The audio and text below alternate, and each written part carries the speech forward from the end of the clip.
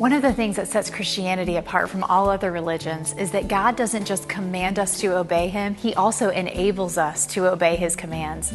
I saw this recently in the story of Joshua. Joshua was the one who took over for Moses after Moses died, and Joshua's task was to lead the people of God into the Promised Land. Now, this wasn't going to be any easy task because the Promised Land was being inhabited by lots of people, and so they had to go and fight for the land that God had promised to them.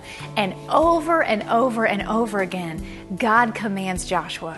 He says, be strong and very courageous. Be strong and courageous. But when He gives him that command, He also promises His presence with the command. And I was just enjoying that and reveling in that reality. And then I came upon Joshua 5 at the very end of the chapter, right before Joshua 6, when the people take over the city of Jericho, which I'm sure many of you are familiar with. They march around the city of Jericho for 7 days.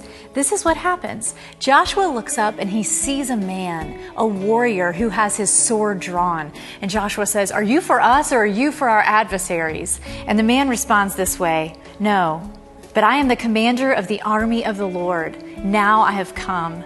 And Joshua fell on his face to the earth and worshipped and said to him, "What does my Lord say to his servant?"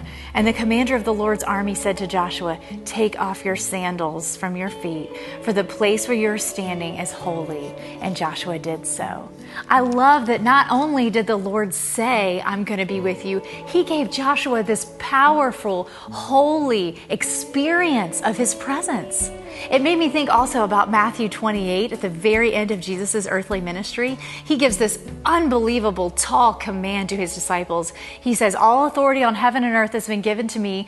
Go therefore and make disciples of all nations, baptizing in the name of the Father and of the Son and of the Holy Spirit, and teaching them everything that I've commanded you." I mean, that is an unbelievably large task. I can assume that the disciples were totally overwhelmed with that thought.